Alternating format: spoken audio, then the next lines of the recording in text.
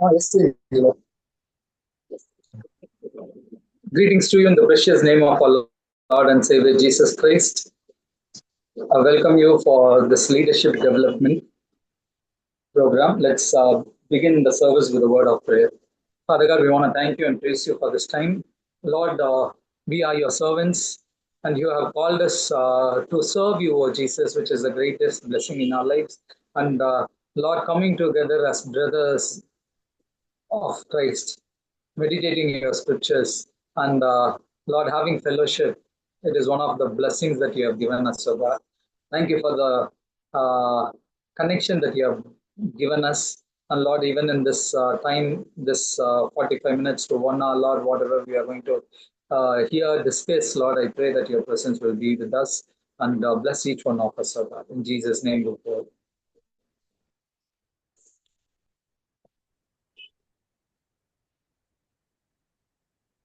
Okay, so for today's topic, I have given the hidden leader and a question mark. Any guesses? Anyone can guess what will be the topic or or what character I'm going to preach from? तो आज का जो विषय मैंने चुना है, आपने देखा हुआ फ्लायर के ऊपर, जो गुप्त अगुआ यानी छिप सकता है, वो अगुआ जो बाइबल में से वो कौन सा व्यक्ति है जिसके बारे में मैं प्रचार करने वाला हूं? Any guesses? कोई कह सकता है कि किसके बारे में मैं प्रचार करने वाला हूं? कौन सा वो एक अगुआ है, कौन सा वो व्यक्ति है बाइबल में से? There is plenty of leaders in the church, so it will be very difficult. I'll give you some clues. Pastor, that Bartholomew. Okay, nice guess, but it's not that. Okay. So I'll give some clue. Okay, so he's one of the co-workers with Paul. और clue ये है, वो Paul के साथ सहकर्मी था. So now, Barnabas. no, it's not Barnabas. Okay, Silas. no, it's not Silas. Timothy. No, it's not Timothy. Epaphroditus. No, it's not Epaphroditus. Pastor ji, Timotheus. No, Pastor Ji, Timothy nahi. Dr. Luke. No, Titus, na? no.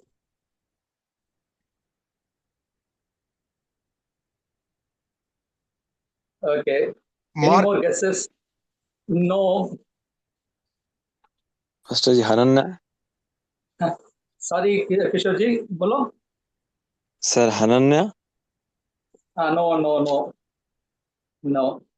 Okay. Now what I'll do? He is recorded in two books. Now I'll give another clue. Okay. He is recorded in two books.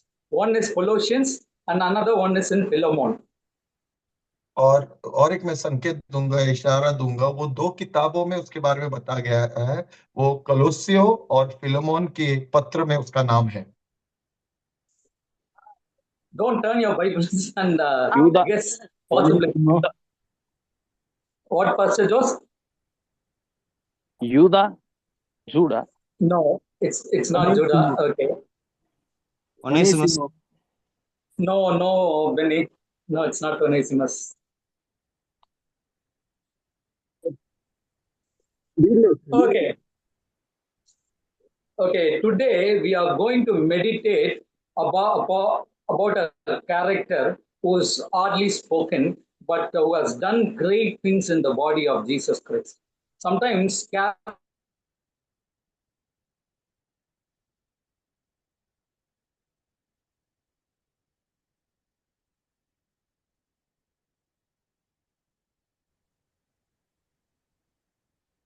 Angelo?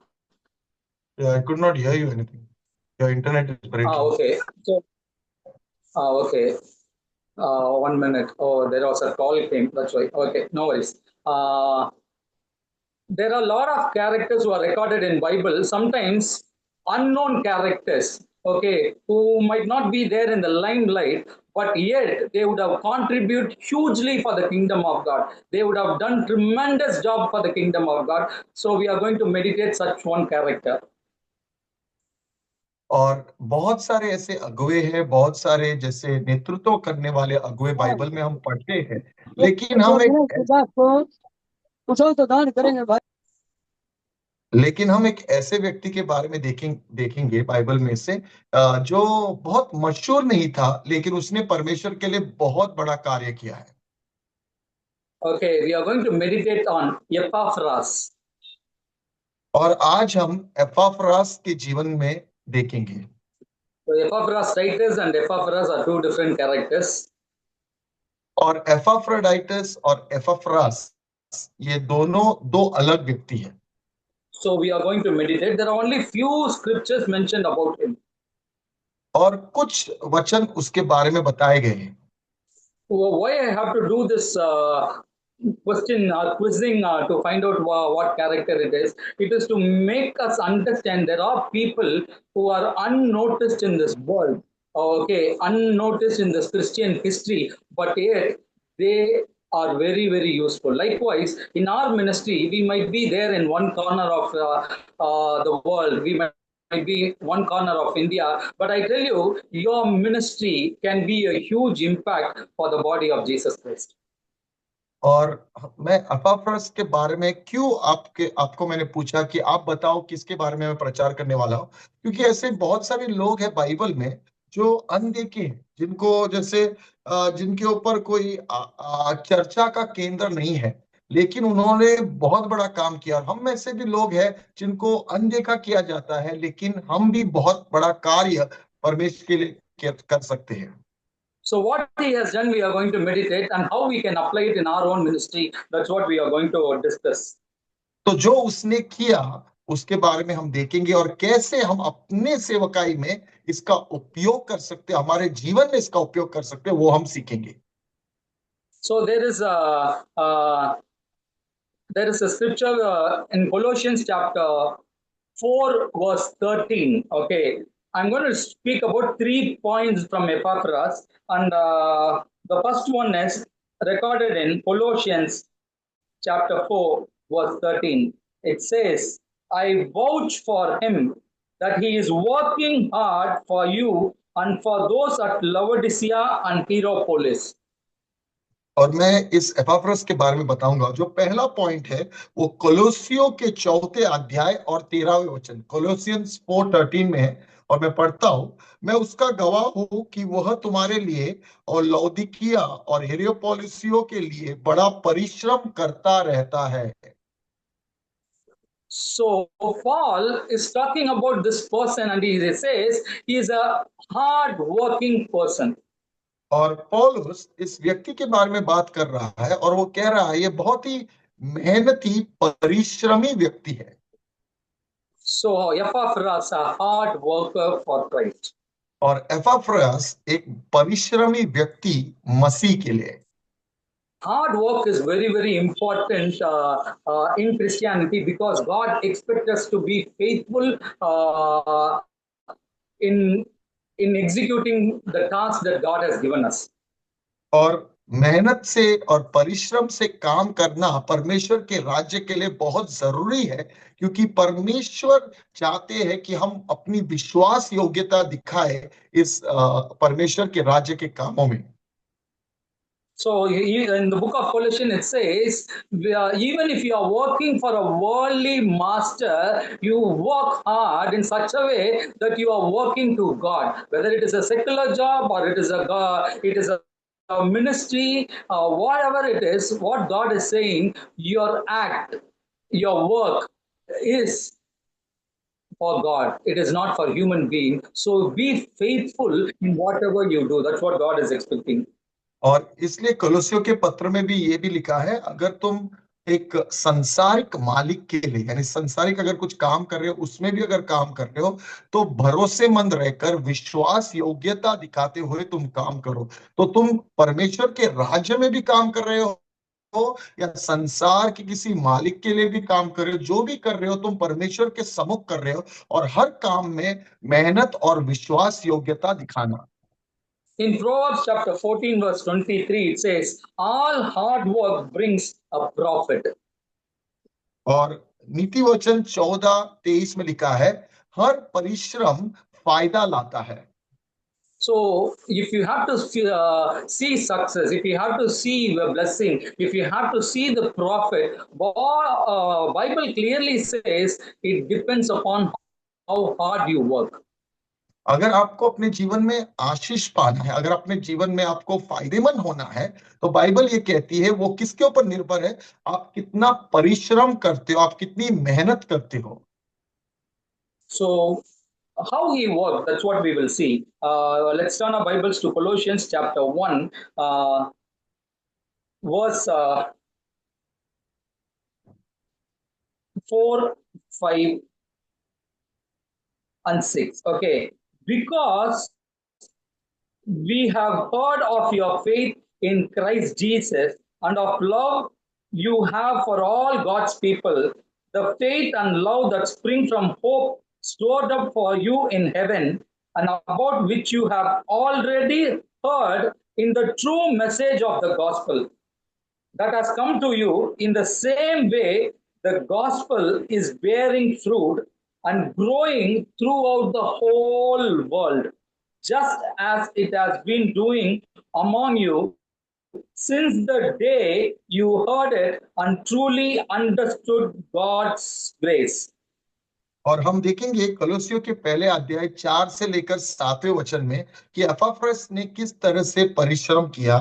यहाँ पे हम पढ़ते हैं 4थे वचन में, कलोसियों का पहला अध्याय 4था वचन, क्योंकि हमने सुना है कि मसीह यीशु पर तुम्हारा विश्वास है और सब पवित्र लोगों से तुम प्रेम रखते हो, उस आशा की हुई वस्तु के कारण जो तुम्हारे लिए स्वर्ग में रखी हुई है, जिसका वर्णन तुम उस सुसमाचार के सत्य वचन में सुन चुके हो, जो तुम्हारे पास पहुंचा है और जैसा जगत में भी फल लाता और बढ़ता जाता है, वैसे ही जिस दिन से तुमने उसको सुना और सच्चाई से परमेश्वर का अनुग्रह पहचाना है, तुम में भी ऐसा ही करता है। उसी की शिक्षा तुमने हमारे प्रिय सहकर्मी इपाफ्रस से पाई, जो हमारे लिए मसीह का विश्वास योग्य सेवक है। So here, Paul is attesting the work that Epaphras has done in Colossians. He says, you have heard the true message of the gospel. Okay, he was the one who gave the gospel to the Colossians. If you see the church history, Paul never been to Colossae. He never evangelized these people. Out of all the writings, Paul has always written to his own people, to whom he started the work, to whom he ministered. But whereas this is the only place where Paul is writing to a church who is unknown to him, who started by somebody else, but yet he is writing. So Colossian church and Laodicean church and Hierapolis church, these three church were being started by Epaphras. Okay, तो अभी यहाँ पे हमने पढ़ा कि कैसे एपाफ्रस के बारे में पौलुस एक गवाही दे रहे या प्रमाण पत्र दे रहे उसकी सेवकाई की। जैसे एपाफ्रस ने यहाँ पे जाकर इन सारे लोगों को सुसमाचार सुना। अगर आप सारे पत्र पढ़ेंगे पौलुस के, हम देखते हैं जो कलीसिया की शुरुआत पौलुस ने की, उनके लिए वो पत्र लिख रहा है। लेकिन यहाँ पे वो पत्र उन कलीसिया के विश्वासियों को लिख रहा है जिन लोगों से वो कभी मिला नहीं। और हम देखते हैं कि कोलोसिया, लाओदिकिया या हिरापोलिस की कलीसिया एपाफ्रस ने शुरुआत की थी, पॉल ने नहीं। So he preached the gospel. The first thing is he's a very, very hard-working evangelist. और हम देखते हैं कि उन्होंने सुसमाचार का प्रचार किया, वो बहुत ही परिश्रमी प्रचारक थे, इवेंजलिस्ट थे। So he started this free fellowship, and then verse 7, if you see, you learned it from Epaphras, our dear fellow servant, who is faithful minister of Christ on our behalf, and who also told us your love in the Spirit. अगर और हम पढ़ते हैं कि 7वें वचन में उसकी शिक्षा तुमने हमारे प्रिय सहकर्मी इपफ्रस से पाई, जो हमारे लिए मसीह का विश्वास योग्य सेवक है। उसने तुम्हारे प्रेम को जो आत्मा में हम पर प्रकट किया। So three things that he was concentrating in this church. और 3 चीजों के ऊपर उसका ध्यान केंद्रित था इस कलीसिया पे। He is the pioneer. He is the one who started the church. He evangelized. He went into the unbelievers' houses. He went into the streets and he started preaching. And then what he did, he formed the church. That's what Paul writes in 4 Colossians chapter verse 13. It says, he is faithful and praying for 3 places. That is Colossae, Laodicea, and Hierapolis. The second thing is he planted the church, evangelized, and then he planted. And verse 7 he says, "You learned it from Epaphras." The word "learned it," if you see, it is Manthano, which means this word comes from Mathetes, the word for disciple. So other thing what he did in this church is he did discipleship, he did mentorship, he was following each believer and he is equipping them for the work of ministry, to be faithful in following Jesus, living for Jesus. So he was discipling them. So 3 aspects he was concentrating on, and he's been doing that: evangelism, pioneering work, and then church planting. And after church planting, he was into discipleship. These 3 qualities was found in the leadership of Epaphras.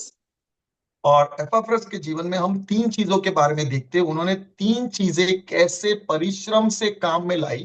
पहली चीज उन्होंने सुसमाचार को सुनाया। वो एक evangelist बने। जहां भी अविश्वासी है या अन्य जाति के लोग हैं, उनके पास वो गया और सुसमाचार उसने सुनाया। फिर उसने कलीसिया की स्थापना की, कलीसिया रोपण किया, यानी चर्च प्लांटिंग की। और उसके बाद उस व्यक्तियों को ऐसे ही नहीं छोड़ा, लेकिन वो जो शब्द है वो मातातेस से आती है, यानी डिसाइपलशिप, यानी शिष्यों को बनाना। यहाँ पे हमें समझ में आता है कि वो लोगों को सिखाने लगा, उनको समझाने लगा और उनको शिष्य बनाने लगा। तो ये 3 चीजें वो मुख्य रूप से वो करता था। So this is the call of our life. This is the vision of Harvesters Outreach India. God has asked us to evangelize the unreached, okay, the unsaved, the unbelievers who are perishing in this world. We need to go into the world and evangelize them. और यही बुलावट harvesters outreach India के लिए है, हम सब के लिए है। परमेश्वर ने हमें बुलाया है कि अन्य जातियों तक, अविश्वासियों के पास जाओ और उन्हें सुसमाचार सुनाओ। So Paul writes to Timothy, endure suffering, do the work of an evangelist. So suffering and evangelism is connected with each other. So when we go and stand for Jesus Christ, when we preach Jesus Christ, when we live for Jesus Christ, I tell you, automatically the world will hate you. The world will be against you. But in spite of all those things, we need to go forward and preach the gospel so that souls will be saved. और पौलुस तिमोथी से कहता है कि तुम्हें संकट से या कष्ट से गुजरना पड़ेगा, संघर्षों से गुजरना पड़ेगा, दुख उठाना पड़ेगा और एक प्रचारक का काम करना पड़ेगा। जब हम प्रचारक का काम करते हैं तो दुख होगा, कष्ट आएंगे, लेकिन जब हम ये कार्य करेंगे तभी लोगों को उद्धार मिलेगा। So here, if you have to see the ministry of Epaphras, it is not an easy ministry. But whereas he was persistent in preaching the gospel and is able to save souls. So the intention here is to save souls. और हम देखते हैं कि यहाँ पे जो एपाफ्रस की सेवकाई है वो बहुत आसान नहीं है, बहुत मुश्किल है, कष्ट है, दुख उठाना है, लेकिन वो बिना कुछ सोचे समझे वो आगे बढ़कर वो सुसमाचार सुना रहा था। So from the early church, if you see, there is always problems, there is always persecution, there is always rulers who stood against Christianity, tried to stop the work of Christianity. It was always there. और हम देखते हैं अगर पहले की कलीसिया से, शुरुआती कलीसिया से तभी ही विरोध होता था और सारे लोग विरोध में खड़े थे। ये तो शुरुआत से ही हो रहा था। So it is not new to India. It is not new to us. I tell you, even before 100 years, if you see all the missionaries, I tell you, they all came because they want to save soul. They want to preach Jesus Christ. अगर हम ये तो जो विरोध हो रहा है, prosecution हो रहा है, ये सिर्फ भारत देश में अभी नहीं है, ये बहुत सालों से भी हो रहा है। 100 साल पहले अगर हम देखेंगे, जब प्रचारक यहाँ पे आए, पास्टर्स यहाँ पे आए, तब से विरोध चलते आ रहा है और अभी भी चलते जा रहा है। So if I have to recollect how we started this evangelizing India, our mission movement, it has gone back to 2004 when we first went to Bihar. From Bihar, in a play, now it is Jharkhand. There is a place called Pokeria. Okay, there was a Scottish missionary who came from Scotland. His name is Andrew Campbell.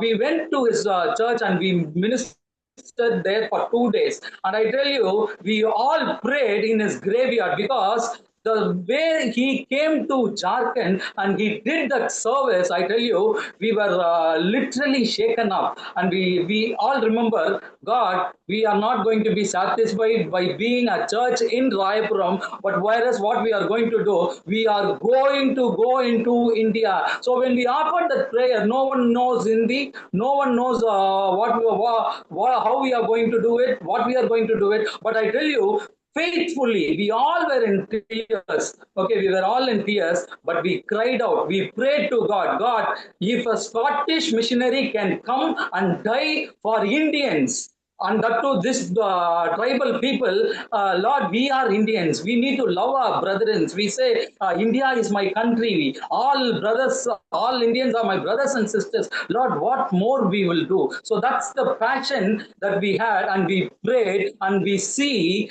that is coming to pass. It is on track. It is because God has inserted this vision, looking at a missionary who came from Scotland. और इस जो हमारे harvesters outreach India की जो शुरुआत हुई थी, वो 2004 साल में हुई थी। और ये दर्शन हमें, जब हम बिहार में गए, अभी वो झारखंड है, बिहार में गए 2004 साल में, और हमने वहां पे एक कब्रिस्तान को देखा, एक शमशान भूमि को देखा, जहां पे एंड्रू कैम्बल की जो कब्र थी।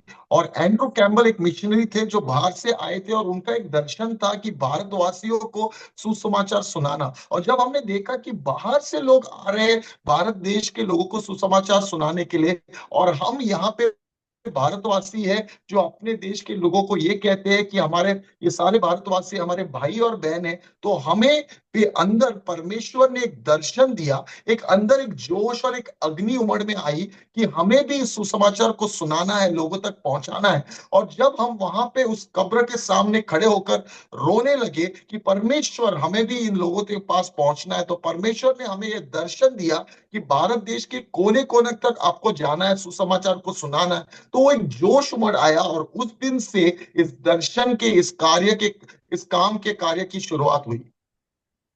So that is the first time we bought an Indian map and we said, we are in Chennai, in one corner of India. But we said, Lord, from the south, take us to all corners of India. That is the first time we offered a prayer for India. And that is the first time we told, from south, we will send missionaries. We will support missionaries. We will move into this realm. And that's how this whole idea of Harvesters Outreach India is started.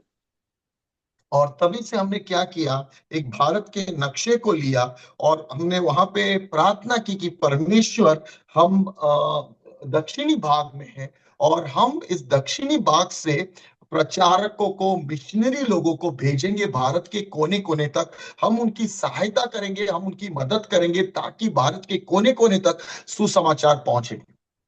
So we were not influenced to become popular as today's ministry are there. We have not seen popular evangelists, how they operate in giftings, how they are very beautiful, dressed up, traveling to different places with all those blessings. No, we are not influenced in those terms, but whereas we are fully influenced by a missionary who came from Scotland, and he died in Pockeria. His children died in Pockeria, but we said, God, if this person can be a huge impact for this community, how much more we can. I want to encourage every one of you, pursue evangelism. It is hard, it is not easy, but I tell you, souls are very much important.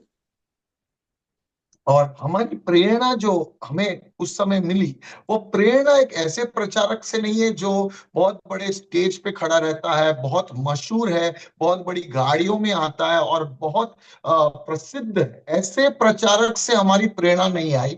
लेकिन जब हम बिहार गए तो वहां पे एक कब्र के सामने एक व्यक्ति जो एंड्रू कैम्पबेल है, उसके जीवन से हमें प्रेरणा मिली, ताकि हम पूरे भारत देश में मिशनरियों को भेजे और वहां से लोगों को सुसमाचार प्राप्त हो। मैं आपको भी आज प्रोत्साहित करना चाहता हूं, जैसे हमें उस दिन प्रेरणा मिली, जिससे हमें उस दिन एक प्रभाव हुआ हमारे जीवन के ऊपर, आपको भी मैं प्रोत्साहित करना चाहता हूं कि आप भी आगे बढ़कर सुसमाचार को फैलाए। सुसमाचार फैलाना बहुत मुश्किल है, कठिन काम है, लेकिन जब हम करेंगे तब लोगों को उद्धार प्राप्त होगा। Even in the early church, people were stopped. They are forced not to preach. Authorities were against them. और शुरुआती कलीसिया में भी हम देखते हैं कि बहुत विरोध था, लोगों को रोका जाता था सुसमाचार सुनाने के लिए। Do you know what they did? They never backed out. They said, "How come we stop the work of God? How come we stop preaching Jesus Christ? No, we can't stop. We can't be fearful about people." That's what they said to the authorities. No, we can't please you. You are there in the position. We can't please you. We have to please God. We have to save souls. And what they did, no, they came and asked the church, pray for boldness. They said, pray for boldness. और शुरुआती कलीसिया में भी ऐसे विरोध हुआ, लेकिन वो कभी भी रुके नहीं। उन्होंने ये नहीं सोचा कि सरकार क्या कहेगी या वहां के लोग क्या कहेंगे, कौन उन्हें मार डालेगा कि क्या करेगा। उन्होंने एक बात यह कही कि इन लोगों के विरोध को देखकर क्या हम परमेश्वर के काम को रोक सकते हैं। और तभी उन्होंने कलीसिया से कहा कि प्रार्थना करें कि हमारे अंदर धैर्य आए, हमारे अंदर बोल्डनेस आए, ताकि हम बिना डरे परमेश्वर के वचन को, परमेश्वर के सुसमाचार को लोगों तक सुनाएं। So I know people in North India, I know how difficult it is to preach the gospel, because all the persecution which is happening in India, pastors have been beaten up, churches have been demolished, and even recently the nuns have been arrested. All these things are against Christianity, but I tell you, we should not stop. We need to go ahead and preach the gospel. Do you know why? Because it pleases God and it saves souls. We are called to do both. और मैं जानता हूं कि भारत के उत्तरी भाग में, जैसे नॉर्थ इंडिया में, बहुत मुश्किल है, बहुत विरोध है, बहुत उत्पीड़न है, परसिक्यूशन है, और मैं ये सारी बातें समझता हूं। लेकिन उसको बिना नजरअंदाज किए हुए हमें सुसमाचार को सुनाना है। क्यों? दो कारणों के कारण। एक, ये परमेश्वर को खुश करता है, प्रसन्न करता है, और दूसरी चीज, ये लोगों को उद्धार लाता है। So I want to read one scripture from Matthew chapter 11 verse 12. और मत्ती का 11वां अध्याय 12वां वचन हम पढ़ेंगे। एक वचन मैं पढ़ूंगा। For the days of John the Baptist until now. So he's talking about from the days of John the Baptist, where the preparing of Messiah started. Okay, the New Testament covenant is going to start, because John the Baptist is the one who identified Jesus Christ as the Messiah, and he told that he is the one who is going to baptize us with the Holy Spirit and fire. So Christianity started from there. He says, from then onwards till now, the kingdom of heaven has forcefully advanced. How the kingdom of God has advanced? It is forcefully advanced, and the strong will take it by force.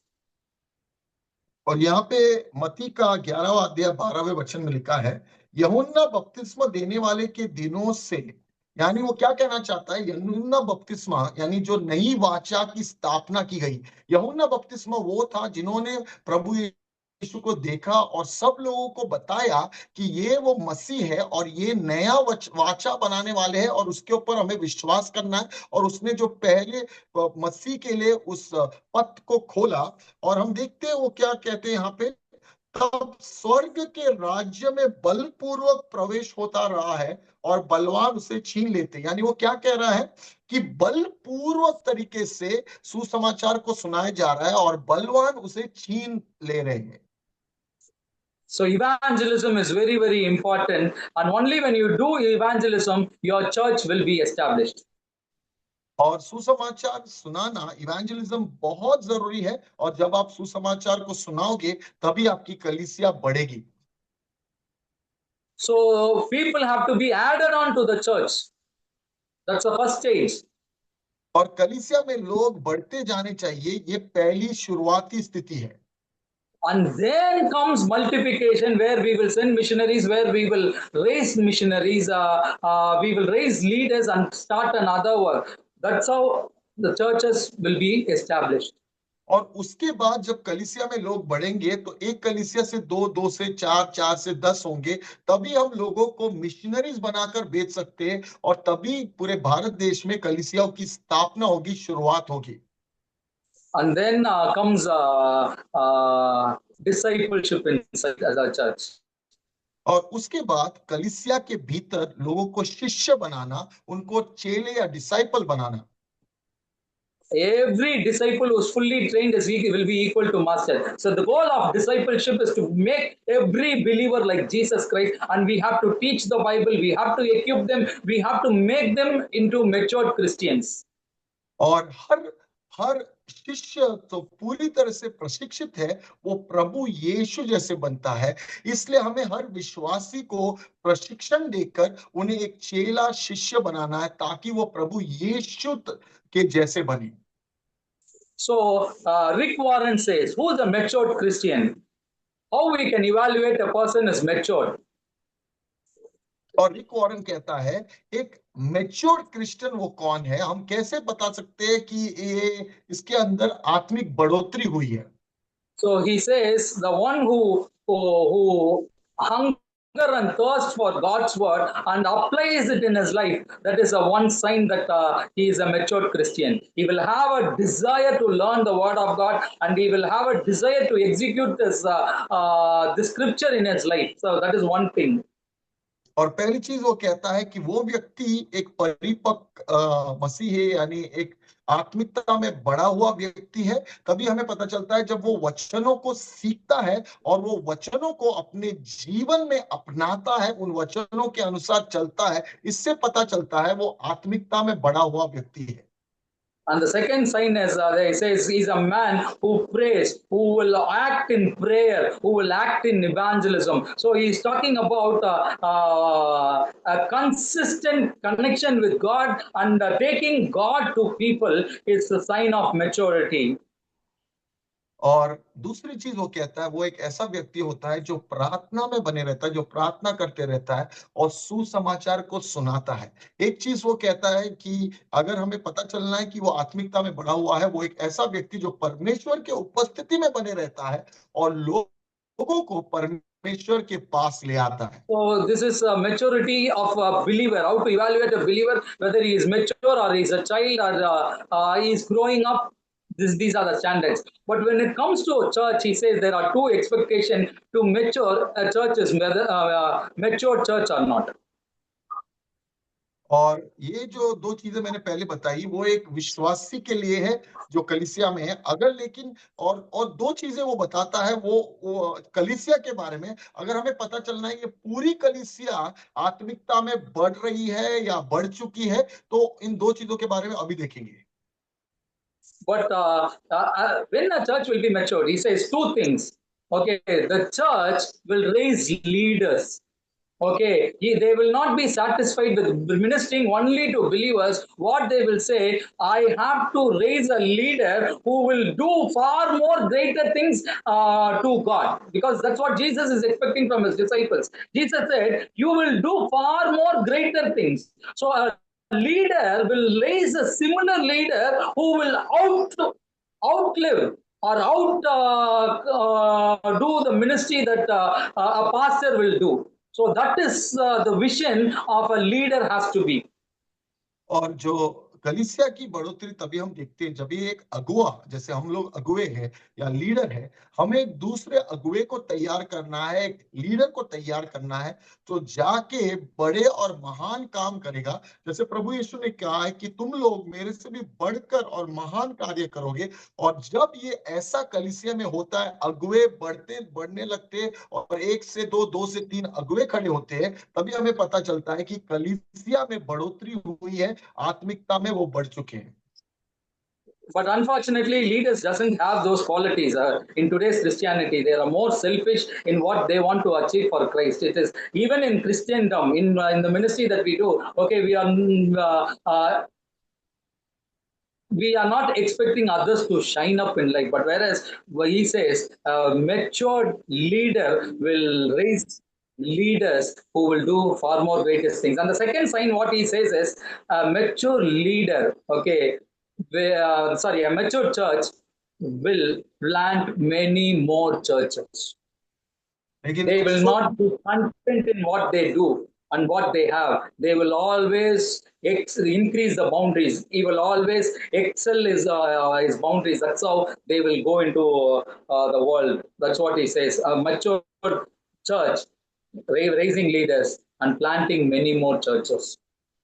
और दो बातें, एक आत्मिकता में या mature या परिपक्व हुई कलीसिया के बारे में हम देखते हैं। पहली चीज हमने बताया कि जो अगर एक मैच्योर कलीसिया होगी, वो अगुओं को तैयार करेगी, लीडर्स को तैयार करेगी और उन लीडर्सों को बाहर भेजेगी ताकि वो बड़े और महान कार्य करे। लेकिन दुर्भाग्यवश यानी या अफसोस की बात यह है कि आजकल के जो अगुए हैं दूसरे अगुओं को तैयार नहीं करते, क्योंकि वो अपने सेवकाई में बहुत संतुष्ट है और खुश है और उन्हीं लोगों तक सुसमाचार सुनाते, उन्हीं लोगों को शिष्य बनाते, उससे आगे बढ़कर उनकी सोच नहीं है। दूसरी चीज ये है, अगर एक मैच्योर कलीसिया की देखेंगे तो वो उन अगुओं को बाहर भेजेंगे ताकि कलीसिया की रोपण होगा, कलीसिया की स्थापनाएं होंगे और ज्यादा कलीसियाएं बढ़ेंगी।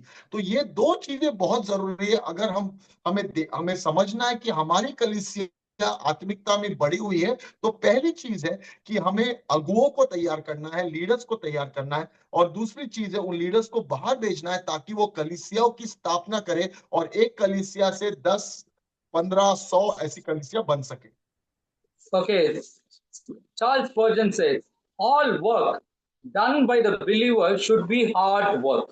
He says, all work done by the believers should be hard work, and it also has to be hot work. Charles Spurgeon ये कहते हैं कि जो भी काम विश्वासी करते हैं वो बहुत परिश्रमी काम होना चाहिए, मेहनती काम करना चाहिए, और इस परिश्रमी काम के साथ उसमें उस काम में एक आग होनी चाहिए, एक जोश होनी चाहिए। So what he means, it's like we need to have hard work along with zeal for Christ. We need to be fire for God. We need to burn for God. We need to have that hunger from God where nothing will able to stop us. So that's what God is expecting from us. और उसका मतलब वो क्या समझाना चाहता है, एक परिश्रमी या मेहनत करने के बावजूद, यानी परिश्रमी काम करने के बावजूद हमारे अंदर परमेश्वर के लिए एक आग, एक जोश होनी चाहिए, और उस मेहनत और उस आग के साथ हमें परमेश्वर के दर्शन को आगे ले जाकर इस परमेश्वर के राज्य की स्थापना करनी है। So what it means there? We need to excel and we need to advance the kingdom of God. And I tell you, who will take it? The person who acts forcefully will able to take it. If you say it is very difficult in my place, I can't do it. There is Hindutva is flooding everywhere. There is persecution. I can't do it. I don't know to do it, and I don't want to risk my life. If people stay in this realm, I tell you, you won't be excelling in the kingdom of God. You won't be advancing in the kingdom of God. So if you have to advance in the kingdom of God, establishing church, saving souls, which means you need to have that fire, come what may, even whether I live or die, I'm going to preach for Christ. I'm going to save for Christ. This people, this Hindutva people will be saved. And if they come to hit me, I will preach the gospel. They will be saved. That's how we need to advance, forcefully advancing the kingdom of God. और हमें परमेश्वर के राज्य की स्थापना करनी है।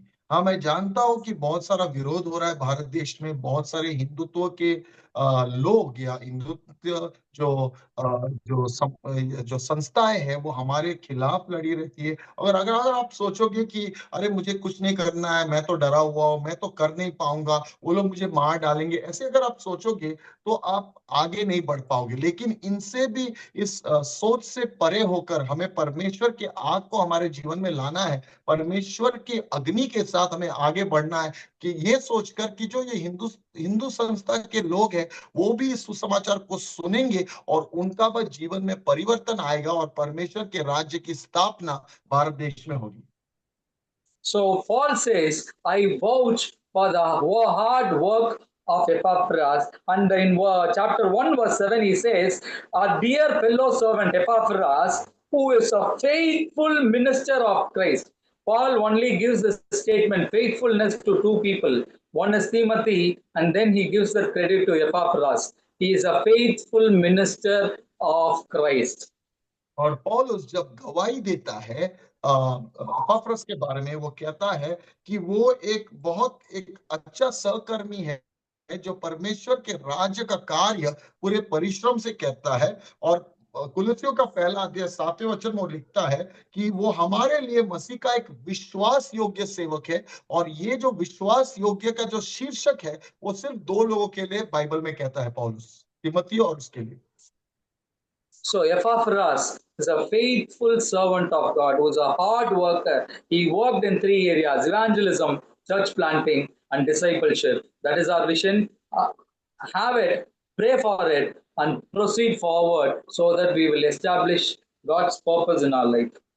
तो एपाफ्रस बहुत ही परिश्रमी प्रचारक थे, परिश्रमी एक अगुवे थे और 3 जगहों में उन्होंने काम किया। उन्होंने प्रचार किया, यानी इवेंजलिज्म किया, दूसरे उन्होंने कलीसियाओं की स्थापना की, कलीसिया रोपण किया, और तीसरी चीज उन्होंने लोगों को शिष्य बनाकर दूसरे कलीसियाओं की स्थापना की। Okay, the second point what I want to emphasize is Epaphras, the suffering servant. और दूसरी चीज जो मैं बताना चाहता हूं कि एपाफ्रस जो संघर्ष उठाने वाला सेवक था। Okay, for this we will read Philemon chapter 1 verse 23. Okay. Epaphras, my fellow prisoner in Christ Jesus, sends you greetings. और फिलोमोन का पहला अध्याय 23 वचन हम पढ़ेंगे। फिलोमोन का पहला अध्याय 23, उसमें लिखा है, एपाफ्रस जो मसीह यीशु में मेरे साथ कैदी है। So if you see in Colossians, Paul is not stating that Epaphras is my fellow prisoner. At the time he says he is my fellow brother in Christ, fellow servant in Christ. Okay, whether it is in 1st chapter or whether it is in 4th chapter, verse 12, he says he is in chapter 4 verse 12, Epaphras is one of you and a servant of Christ Jesus. Here he is using only one title, that is a servant of Christ. But whereas in Philemon, he uses another word. He says he is my fellow prisoner. और अगर हम कोलोसियों की पुस्तक में देखते हैं तो पौलुस एपाफ्रस को किस शीर्षक के साथ बुला रहा है? वो कह रहा है कि ये परमेश्वर का सेवक है, परमेश्वर का या मसीह का दास है, उससे वो उनको बुला रहा है। लेकिन अगर हम फिलोमोन के पहले अध्याय में और 23वें वचन में देखते हैं, वो कुछ और कह रहा है। वो कहता है यीशु मसीह में मेरे साथ एक कैदी है। वो अभी वो सहकर्मी से वो उसे अपने साथ एक कैदी मान रहा है। So what he was doing there when he came to Rome, okay, he came to preach the gospel. He might came to help Paul in ministry, all those things. But I tell you, when he was doing ministry in Rome, he was arrested. और आप जानते होंगे कि वो रोम में आया पौलुस को मिलने के लिए, और वहां पे पौलुस के साथ, और यानी वहां पे वो सेवकाई करने लगा। और जब वो सेवकाई वहां पे कर रहा था, प्रचार कर रहा था, उसे पकड़ा और उसे कैद में डाला गया। Okay, Colossians chapter 4 verse 10, it says, my fellow prisoner Aristarchus. Okay, he is not saying fellow prisoner in Christ. Okay, Paul is और talking about another prisoner, but he is giving a title. He is my prisoner, he is fellow prisoner, but he is not a fellow prisoner in Christ. But whereas for Epaphras, he gives a title, he is a fellow prisoner in Christ. So he was arrested because of Jesus Christ, because of the gospel, because of the kingdom of God. और कलोसियों के 4 अध्याय 10वें वचन में हम देखते हैं एरिस्टोकस के बारे में। और पौलुस कहता है एरिस्टोकस जो मेरे साथ कैदी है, और लेकिन वो इसके लिए नहीं कहता है कि वो मसीह में कैदी है। इसका अंतर क्या है? एरिस्टोकस उनके साथ एक कैदी था, एक साधारण सा कैदी था, लेकिन जब हम एपाफ्रस के बारे में वो कहता है वो मसीह में हमारे साथ एक कैदी है। यानी जब उसे जेल में डाला गया, वो जब सुसमाचार सुनाता था मसीह यीशु के कारण वो कैद में था, यानी वो मसीह में एक कैदी था। So here we can understand he was doing ministry. Rome was not accepted Christianity. Christianity was not an accepted religion. So no one can preach Christ. No one can follow Christ. If anyone do that, they will be arrested. They will be imprisoned. They will be killed. This is what is happening in the early church. But I tell you, nothing stopped Epaphras. Nothing stopped Paul. They were happy to be in chain. They were happy to be in prison as long as the gospel is being preached, as long the churches have been established, as long the leaders are established. All that they wanted, the kingdom of God has to increase. They never bothered what will happen to them. So people of God, Epaphras is a suffering servant, and he is willing to say anything, Jesus, anything for you, whether it is imprisonment, whether it is death, whether it is a problem. I'm willing to take it for you, and I want to pursue the kingdom of God. So that's how he did ministry. और हम देखते कि उस समय Christianity या मसीह धर्म वो एक स्वीकार किया, एक राष्ट्र का स्वीकार हुआ धर्म नहीं था। इसलिए अगर कोई भी प्रचार करता था उसे कैद जेल में डाला जाता था, उसे मार दिया जाता था। लेकिन पौलुस और एपाफ्रस इसके बारे में कुछ न सोचते।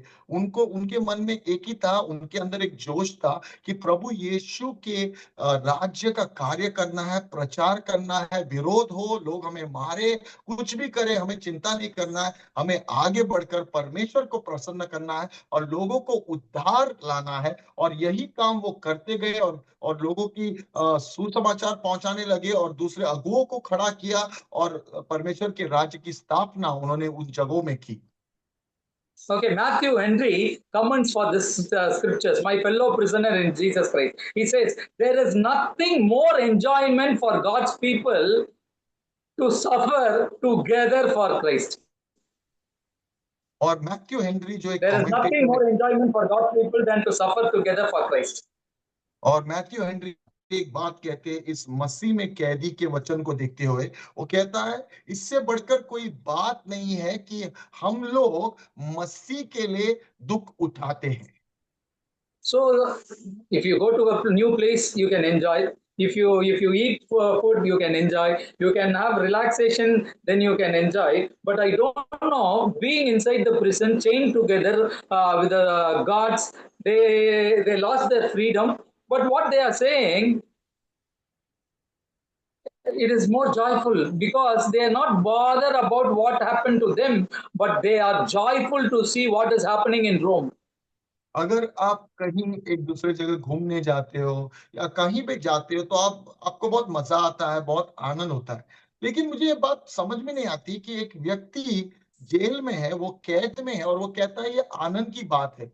तो ये ऐसी बातें हमें उनके जीवन में से, एपाफ्रस और पौलुस के जीवन में से सीखने मिलता है।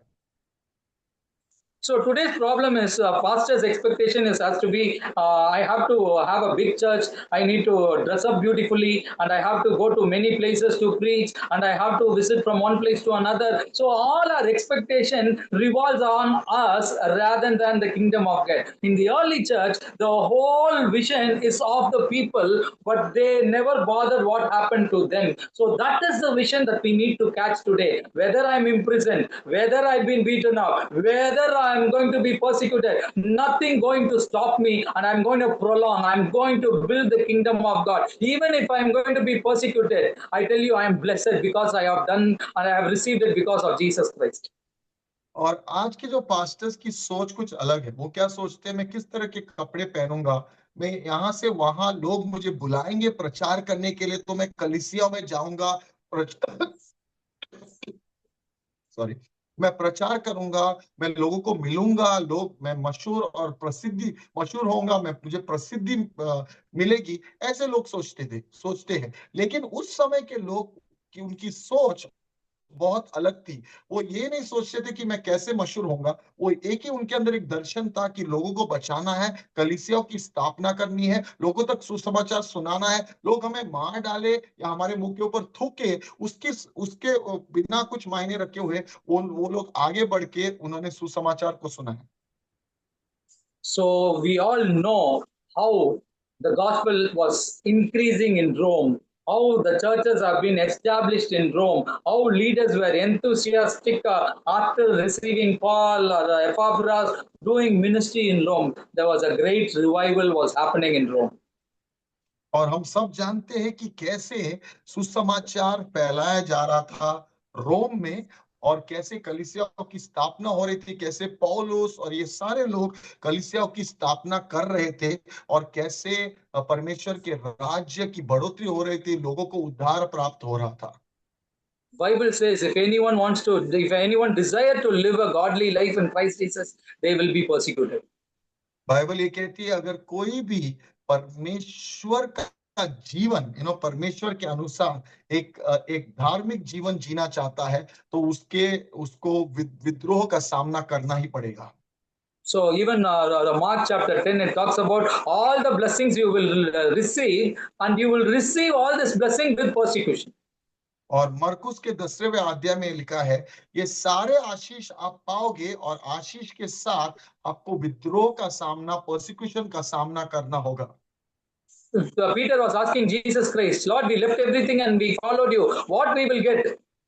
और पतरस ने प्रभु यीशु से पूछा कि हमने सब कुछ छोड़ दिया है, त्याग दिया है आपके पीछे हो चलने के लिए, हमें क्या प्राप्त होगा? God said, you will get everything. You left your houses, you will get houses. If you left your family, you will get family. If you don't have anyone, I tell you, you will have everyone. But in spite of all those things, I tell you what you will have persecution. और प्रभु यीशु ने कहा कि अगर तुमने घर को छोड़ दिया है तुम्हें घर प्राप्त होगा, और तुमने परिवार को छोड़ दिया तुम्हें परिवार प्राप्त होगा। तुम अकेले पड़ चुके ऐसे मत सोचना, क्योंकि तुम्हारे पास एक बड़ा बड़ा परिवार हो, बहुत लोग तुम्हारे परिवार का हिस्सा बनने वाले हैं, लेकिन इस सब के साथ तुम्हें विद्रोह का सामना भी करना होगा। So persecution with Christians, it is inseparable. It is there in our calling, and we need to suffer for Christ. Jesus Christ suffered, and he did good. We have to do good and suffer. That is our calling. और विद्रोह हमारे जीवन का भाग ही है। Prosecution हमारे साथ एक क्रिश्चियन के जीवन में होगा ही। प्रभु यीशु ने अच्छा किया और लोगों ने उसे मारा, वैसे ही जब हम अच्छाई और भलाई करेंगे लोगों का विद्रोह का सामना हमें करना ही होगा, क्योंकि एक क्रिश्चियन के जीवन का भाग है। Okay, that's the second quality. Epaphras, a hard worker, and Epaphras, a suffering servant. और ये दूसरा जो दूसरा एक गुण है, पहली चीज है कि एपाफ्रस एक परिश्रमी सहकर्मी है, परिश्रमी और मेहनत से काम करने वाला, और दूसरा चीज वो एक संकट या दुख उठाने वाला सेवक है। Okay, the third point I'm going to move on. Epaphras is a wrestling warrior in prayer. और तीसरा पॉइंट जो है, एपाफ्रस एक प्रार्थना में बना हुआ व्यक्ति है। वो एक ऐसा योद्धा है जो प्रार्थना में कुश्ती लड़ रहा था। Okay, verse 12 of 4th chapter. Epaphras, who is one of you and a servant of Christ Jesus, sends greetings. He is always wrestling in prayer for you, that you may stand firm in all the will of God, mature and fully assured. So, his prayer is for the believers. His prayer for the churches that he established, 3 churches he established, and he constantly prayed for those 3 churches. कोलोसियंस 4:12 हम पढ़ेंगे। कुलुसियों का 4था अध्याय 12वें वचन में लिखा है, इपाफ्रस जो तुम में से है और मसीह यीशु का दास है, तुम्हें नमस्कार कहता है, सदा तुम्हारे लिए प्रार्थना में प्रयत्न करता रहता है। प्रार्थना में प्रयत्न करता रहता है। यहाँ पे क्या हमें समझ में आता है कि एपाफ्रस हर विश्वासी के लिए, हर कलीसिया के लिए वो प्रार्थना में प्रार्थना करते रहता था। वो एक योद्धा के समान वो एक लड़ाई लड़ता था प्रार्थना के जरिए। Okay, the word, Greek word there is agonizomai. That is the Greek word used by Paul, and which means agonize, agony, suffering for someone, and crying for someone, weeping for someone. So that is what that word is all about. और वहां पे जो यूनानी शब्द का इस्तेमाल किया गया है, यूनानी ग्रीक शब्द एगिनोमोजा, यानी उस शब्द का जो है एगनी यानी पीड़ा, यानी वो जब प्रार्थना करता था वो उस पीड़ा के साथ, वो इस वेदना के साथ, वो कष्ट के साथ, जैसे एक व्यक्ति मरा हुआ है और उसके लिए तुम रो रहे हैं कि परमेश्वर उसको जिलाए, और उस पीड़ा के साथ, उस कष्ट के साथ, उस वेदना के साथ वो एक योद्धा बनकर प्रार्थना करता था हर व्यक्ति के लिए। Okay, one more scripture we will read from Romans chapter 15, verse 30. और एक वचन देखेंगे रोमियो का 15वां अध्याय 30 ना 30, yeah, 30. 15वां अध्याय 30वां वचन, रोमियो का 15वां अध्याय 30वां वचन। I urge you, brothers and sisters, by our Lord Jesus Christ and by the love of the Spirit, to join me in my struggle in prayer. Struggle by praying to God for me.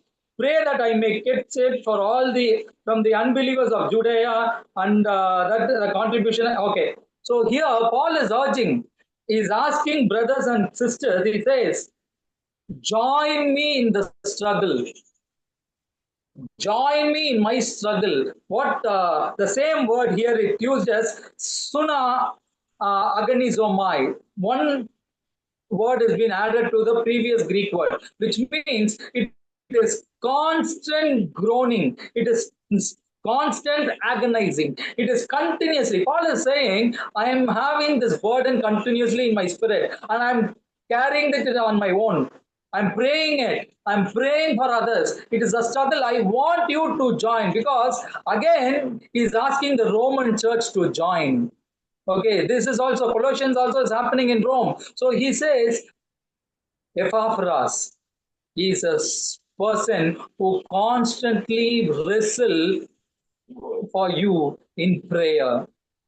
और Romeo के 15वें अध्याय 30 वचन में हम देखते हैं, हे भाइयों, हमारे प्रभु यीशु मसीह के और पवित्र आत्मा के प्रेम का स्मरण दिलाकर मैं तुमसे विनती करता हूं कि मेरे लिए परमेश्वर से प्रार्थना करने में मेरे साथ मिलकर लोलीन रहो। यहाँ पे एपफ्रस क्या कह रहा है कि यहाँ पे वो क्या कह रहा है पौलुस, कि जैसे पॉल कह रहा है कि जैसे एपफ्रस प्रार्थना कर रहा है, आप सब लोग मिलकर भी प्रार्थना में रहो, प्रार्थना में एक योद्धा की तरह एक अच्छी लड़ाई लड़ो। और यहाँ पे अग्नि जोमाय के अलावा सुना अग्नि जोमाय करके एक शब्द लिखा है, यानी कॉन्स्टेंटली हमें वेदना में रहना है। यानी वो कहना है लगातार वेदना में प्रार्थना करना है, लगातार आंसुओं से प्रार्थना करना है। तो वो सिर्फ कह रहा है, ये नहीं कह रहा है कि मैं और एपफ्रस प्रार्थना करेंगे, आप भी मेरे साथ जुड़ो प्रार्थना में, पूरी वेदना के साथ लगातार कलीसिया के लिए वेदना के साथ प्रार्थना करते रहो। Paul says he's always wrestling. Paul is saying always, constantly, without stopping, consistently he's been wrestling to God for you. और पौलुस कहता है कि वो लगातार आप सब लोगों के लिए प्रार्थना कर रहा है, बिना रुके। वो एक योद्धा बनकर एक कुश्ती लड़ रहा है और पूरे वेदना के साथ, पूरा रो रो के आप सब लोगों के लिए प्रार्थना कर रहा है। So he was a man who prayed and he wrestled. Okay, so as you all know about David Brainerd, okay, a lot of missionaries who was very famous, they all got inspired by David Brainerd. He lived only 29 years, but I tell you, his life has contributed to great leaders in the church history. और अगर आपने David Brainard के बारे में सुना होगा, वो एक बहुत बड़े मिशनरी थे और वो 29 साल के लिए जिए, लेकिन बहुत सारे बड़े बड़े प्रचारकों के ऊपर, उनके जीवन को पढ़ते हुए उनके ऊपर, उन सारे लोगों के ऊपर एक प्रभाव आया, एक प्रभावशाली उनका जीवन था। So if you see the great leaders, they always say, I was inspired by David Brainerd. So Jonathan Edwards he is writing about David Brainerd. I want to read that. और बहुत सारे लोग ये कह रहे थे कि हम लोग के ऊपर जो प्रभाव आया या प्रेरणा मिली, हमें डेविड ब्रेनार्ड से मिले। और जॉनथन एडवर्ड डेविड ब्रेनार्ड के जीवन के बारे में क्या लिखते हैं, मैं आपके सम्मुख पढ़ना चाहूंगा। So he says, how did he labor always fervently? He is asking, he is marveling, but he is convinced how did he labor always fervently, not only in word or doctrine, in public and private, but in prayer day and night, wrestling with God in secret and travailing in birth, with unutterable groans and agonies, hardly words used. Like a true son of Jacob, he wrestled with God in the darkness of night until the breaking of day. और वो कहता है कि Jonathan Edwards कैसे David Brainard ने पूरे जोश से और पूरे उत्साह से वो हमेशा इस परिश्रम को करता, सिर्फ वचन के जरिए नहीं, सिर्फ डॉक्ट्रिन के या सिद्धांतों के जरिए नहीं, लेकिन पूरी रात रात तक वो अपने कमरे में बंद रहकर प्रार्थना करता, पूरी वेदना के साथ, आंसुओं के साथ, बिना रुके वो प्रार्थना करता, जोश के साथ परमेश्वर के परिश्रम को करता रहता। That is praying in spirit. और इसका मतलब है आत्मा में प्रार्थना करना। In Romans chapter 8 verse 26 it says the Spirit himself intercedes for us through wordless groans. और रोमियो का 8वां अध्याय 26वां वचन कहता है कि परमेश्वर की आत्मा हमारे लिए विनती करती है बिना शब्दों की। So how they prayed? तो उन लोगों ने किस तरह से प्रार्थना की?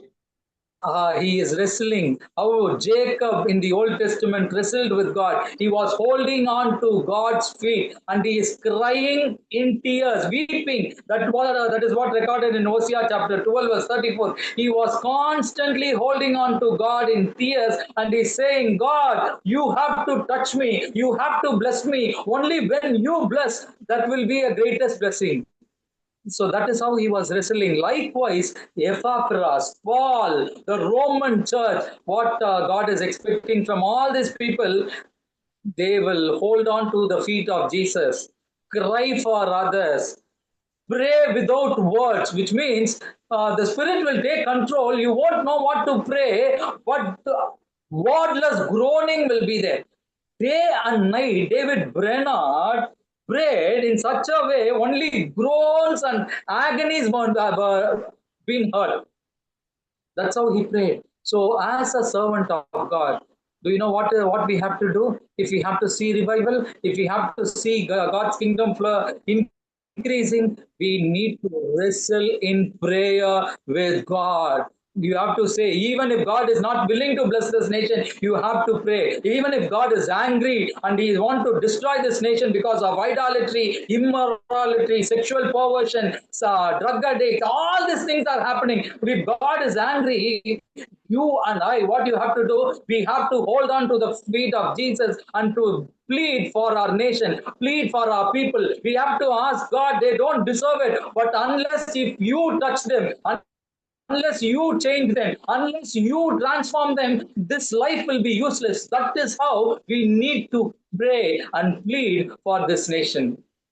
और ये एपाफ्रस किस रीति से प्रार्थना करता, वो एक कुश्ती लड़ता, एक लड़ाई लड़ता, एक एक योद्धा था वो प्रार्थना में। और उसी रीति में हमें भी प्रार्थना करनी चाहिए। जैसे डेविड ब्रैनहार्ड ने प्रार्थना की, वो सिर्फ वचन में या सिद्धांतों के जरिए, प्रचार के जरिए नहीं, लेकिन कमरे में बंद होकर पूरी वेदना के साथ, पूरी आंसुओं के साथ, पूरे जैसे उनके अंदर एक जोश था, उत्साह था प्रार्थना करने के लिए। और हमें भी इसी रीति में प्रार्थना करना चाहिए। वही पौलुस, परमेश्वर चाहते हैं पौलुस से, एपफ्रस से और हम सभी लोगों से कि हम प्रार्थना के एक योद्धा बने।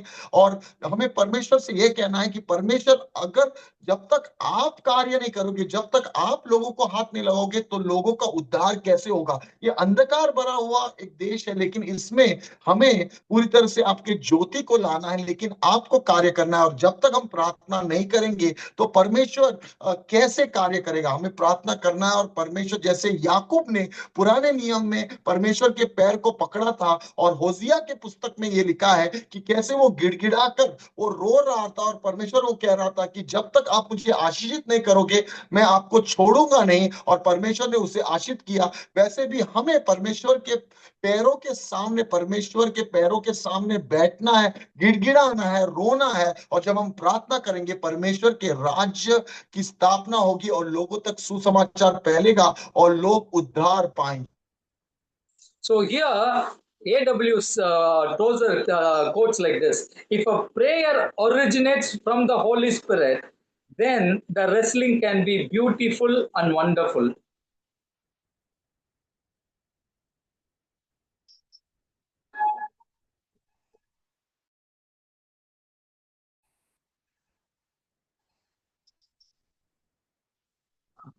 Sorry, Pastor. Internet went. 10 minutes. Okay. So A.W. Tozer quotes like this: if a prayer originates from the Holy Spirit, then the wrestling can be beautiful and wonderful. और A.W. टोजर ये बात कहता है, अगर प्रार्थना का स्रोत पवित्र आत्मा है तो just could you repeat it again, Pastor? Sorry. If the prayer originates from the Holy Spirit, then our wrestling will be beautiful and wonderful. Okay, अगर A.W. टोजर ये कहते हैं, अगर प्रार्थना का स्रोत यानी प्रार्थना निकलता है पवित्र आत्मा से, तो हमारा जो युद्ध होगा वो खूबसूरत होगा। I heard a testimony in my church. One brother testified, Pastor, normally whenever I pray, maximum half an hour I can pray. After that, I have to push myself to pray, but I'm unable to do so. But in these days, I am sitting there and I'm able to pray for more than 4 hours. Even after 4 hours, I'm unable to get up because God's Spirit is on me, and I'm literally praying. So और it was a हमारे beautiful. हमारे कलीसिया में एक भाई का गवाही को हमने सुना, और वहां पे वो कहने लगे कि पहले आधा घंटा भी प्रार्थना बहुत मुश्किल होती थी, लेकिन अभी मैं 3-4 घंटा प्रार्थना करता हूँ, और 3-4 घंटे के बाद भी मैं उस प्रार्थना से निकल नहीं पाता, कि परमेश्वर की आत्मा मेरे ऊपर होती है और इतना खूबसूरत एक प्रार्थना होता है। Leonard Ravenhill says, a pastor who doesn't pray is playing. और लेनॉर्ड रेवनहिल ये कहते हैं, पास्टर है, वो कहते हैं अगर एक पास्टर प्रार्थना नहीं कर रहे हैं तो वो एक पास्टर नहीं है, वो एक खेल खेल रहे हैं। वो प्रार्थना नहीं करते तो वो सिर्फ एक खिलाड़ू है, वो कुछ काम के नहीं।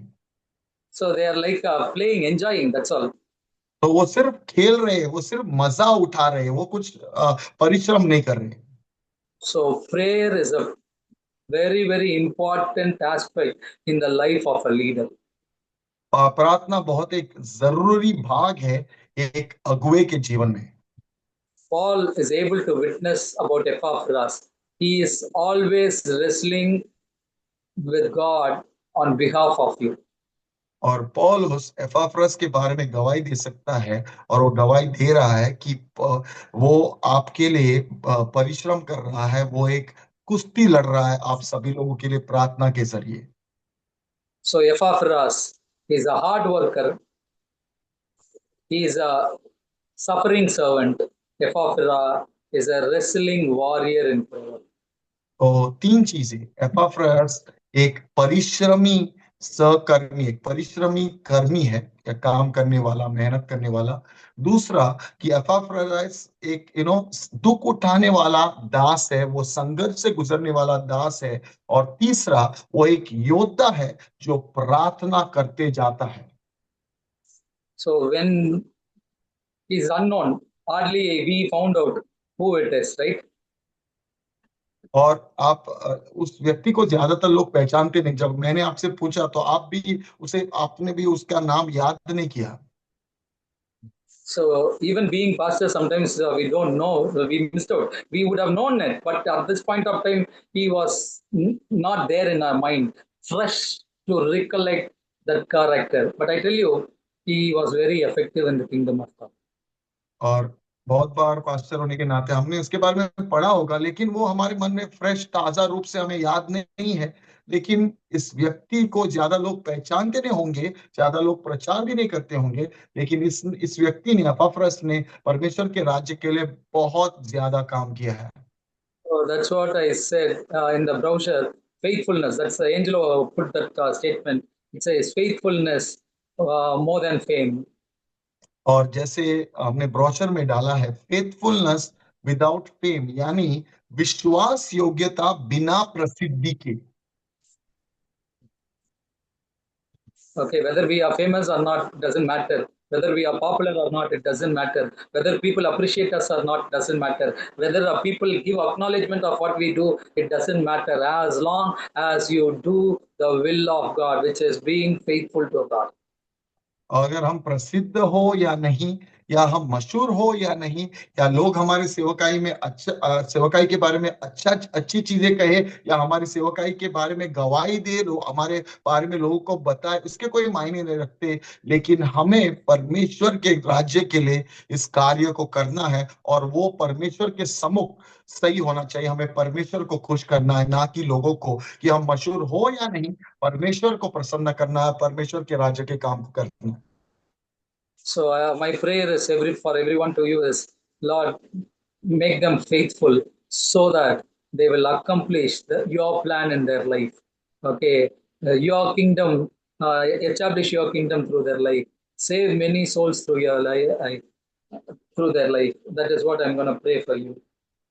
और यही प्रार्थना मैं आप सबके लिए करूंगा कि आपको परमेश्वर स्थापित करे। आप एक मेहनती, विश्वास योग्यता से साथ बने रहकर प्रार्थना करते हुए परमेश्वर के प्रचार को लोगों तक ला सके, और आप वो एक ऐसे दास बने कि दुख उठाकर भी प्रार्थना करते हुए परमेश्वर के राज्य की स्थापना कर सके। Let's pray. हम प्रार्थना करेंगे। Father God, we want to thank you and praise you, and I want to pray for Harvesters Outreach India and all the pastors that you have connected, oh God. Lord, we are one in you, oh Jesus. We are connected in you, oh Jesus. You are our true vine, oh God. We are your branches. Lord, we want to abide in you, and we want you to abide in us, oh God, so that we will bear much fruit like a oh Jesus. He saved souls. He was not content with Colossae. He moved to Hierapolis. He moved to Laodicea. He planted churches there, oh God. And Lord, we pray that you will help us to do so in evangelism, in church planting, in discipleship. Lord, I pray that you will enable us to do your will, oh God. And Lord, we pray many times it is only about blessing. We seek only blessings, oh God. And Lord, even suffering is a blessing. Even suffering is an enjoyment. That's how people are viewed.